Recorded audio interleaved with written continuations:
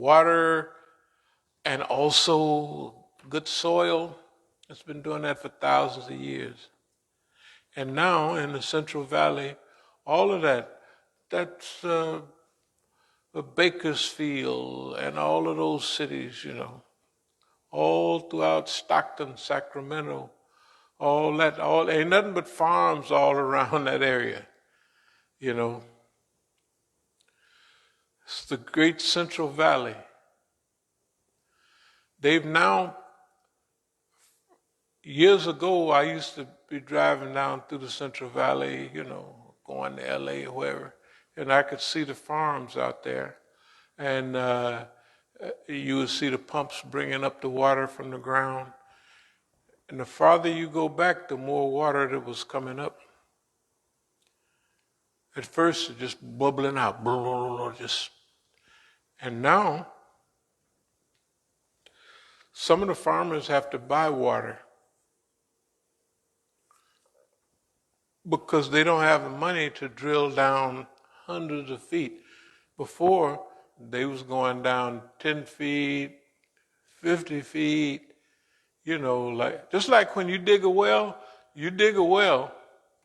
and that's probably around 20 or 30 feet underground, and then you put bricks around it, and that's your well. And then the water drains into that open space, and you drop a bucket down there, and that's the way people for the last 40 or 50,000 years got their water.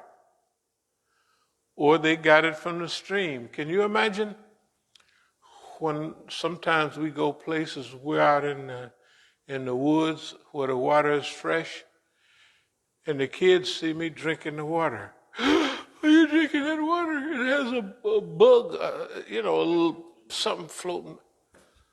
And I look at them like they're crazy. So what? All water has some. If you give them some water, it's got something floating in it, they wouldn't touch it. But you can't get no water out of the woods, right?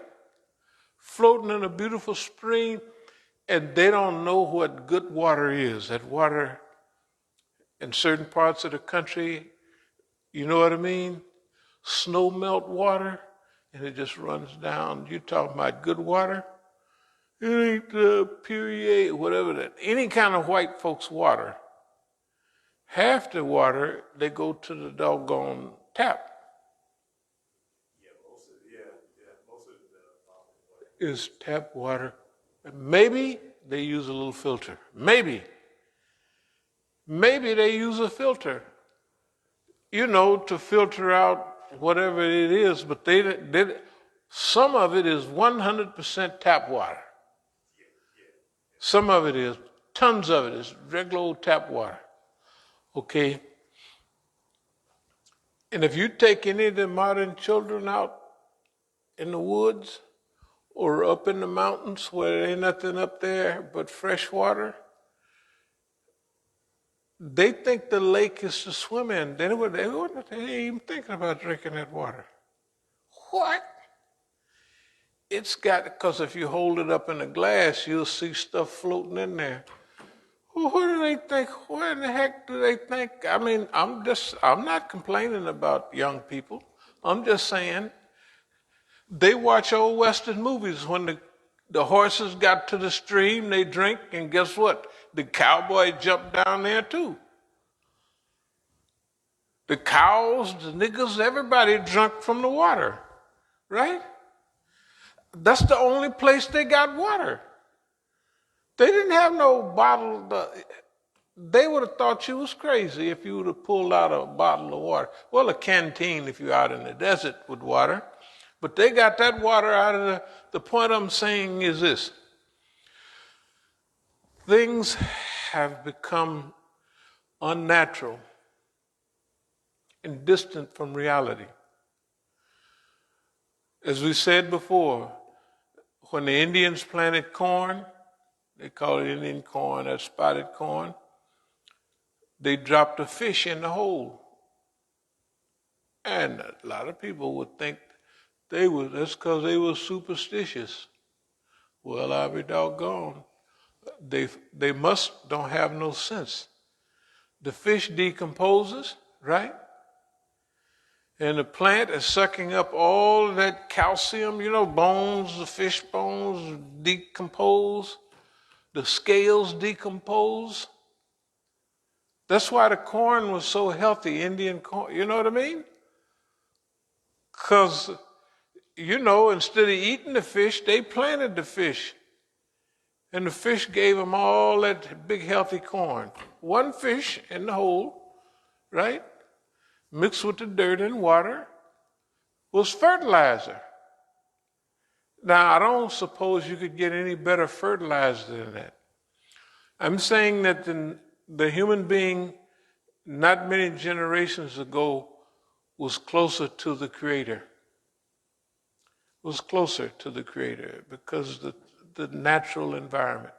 And all Africans and all people of color all over the world thank the Creator for, for everything.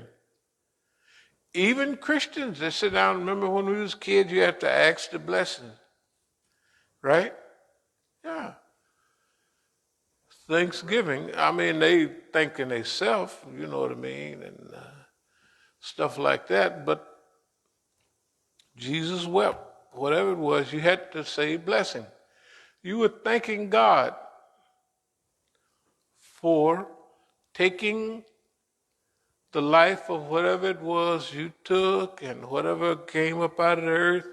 You knew that all of this stuff was from the bounty of Allah subhanahu wa ta'ala. Right? Okay. Have you seen your children do anything like that? Or do they do anything? They don't even know what you're talking about. Right? They might do it, but it's just some ritual. It don't mean nothing. It don't mean they're not really thinking about what they're talking about. This is the way things are today. And the whole world, we don't have to talk about the destruction of the earth and what have you. We all see that. But we have a certain mission. And you have to realize in our stages, we have fulfilled, hopefully, our mission. On my 75th birthday, it was a guy called me on the phone. I don't know where he got my phone number.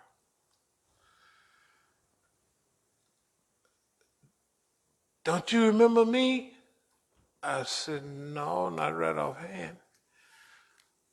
Now I'm in Starbucks, so I'm talking loud. I'm not paying attention to how I'm talking. Don't you remember last time I saw you was at the train station in Germany, and they stole our luggage and what have you? I said, you mean in 71? He said, yeah, that was me. This is a Negro. He had long hair, and the white folks, we're in Germany and in other places now that hate Arabs and Negroes, but they used to love them. Denmark and Sweden, shh. The Negroes in the army down in Germany, when they would go on rest and recuperate, whatever it was, they'd go up to Germany, and them white girls, them niggas didn't have the access to white women, and they'd go up there with them girls, and you go into any Angela Davis's sister had a big fundraiser up there, probably raised more money as in the 70, probably 71, than anything over here. I went to the fundraiser. But now imagine, the Negroes was down in Germany, in the army. And all the people in those days was not volunteers, what they call it, they was inductees, whatever they call it, drafted. They drafted them Negroes. And the Negro was 100% colored. You talking about DAP and all of that? Boy, look at here. I was thinking when I'd visit the Negroes in Germany on those concerns and the clubs they'd have around, I said, man, them niggas is black right there. I mean, they was really just in culture of just hand slapping and stuff. And I went up there and somebody stole my luggage at the train station in 71. And the guy that was with me was one of them guys. He was a nice looking guy. Said he was from LA. And he had, talking about a natural, you know them extra, whew. So the white people would walk up to him, his head stayed sore. Because white folks would be wondering, how can you get your hair to stick up like that? Because they just won't, you know what I mean? You would have to have wires in it. You know what I mean? Just think, the white mind. And then it wasn't that many black people in Europe at that time. So they just knew it had to be something, wires or something that they, you know. So they would walk up to a nigga with a thing like that, and they'd look around. They snatched that nigga's head, and that poor boy's head was sore. Now I wore a short haircut, so I didn't have that problem. But that Negro, man, he was almost be crying, because you can't do nothing to the people. They just, and half of them would be women, because a man ain't gonna put his hand on no other man. You know what I mean? He got enough sense to know better. But them girls, they'd follow you, and they would look, and they'd be talking. That's how does that happen? What is the law of dynamics and the gravitational pull? They'd be talking everything. How can that happen? You know what I mean? They didn't know that you could stick your head out of a window going 100 miles an hour as a nigga, and your hair would blow just a little bit, but that's about it. Right? You could shake your head and it'll pop right back the way it was. You know. I mean, they just didn't know. So, but anyway, he called me. This is over 50 years later. I don't know where he got the phone number. And I'm so-and-so, don't you remember? And he sounded like a drunk by then. You know where you have a certain sound that the government haven't been keeping him up, you know. Well, that was his job. I would say he was a stooge at that time, and he traveled with me. No, I traveled with him because Christmas of 71, we went down. Both his parents was in the Army. One was in the Air Force, and one was in the Army. They was Kaiserslautern. I don't know if y'all ever heard about it. They call it K-Town. It's a big concern, military. So I had been in Africa, and I was over there in Europe, and I was getting ready to come to South America, and there was a period in between. And I had brought a little marijuana and stuff with me from Africa. I didn't smoke it in Africa because I just stopped. It was, we used to call it, I call it tanzanite, like kryptonite. That's how bad it's unbelievable. Other people call it ganji and bangi and stuff like that. I guess it's like the marijuana they have now. It was unbelievable. I couldn't smoke it. When I was in Africa, I couldn't smoke it. It's just no use for it. The other Negroes, man, you wouldn't believe it. I'll get back to the point in a minute. But on the Indian Ocean, they had that green water, and the powdered sand was this high. So the Negroes would smoke that weed, and they would be humming the black nationalists. Back home, they's in heaven. I said, good God. I said, I can't do it. But when I went to Europe, and we zipping down the what's the name? The canal is over here, and and I said, let me try some of this. And I said, oh yeah. I realized what it was. I was Europeanized. I was Americanized. I didn't like it in Africa. Everybody else did, but I didn't like because they wasn't. I was Europeanized. Oh, driving in the ride with the sounds on, right, and the river going down by the river. I thought, oh, okay.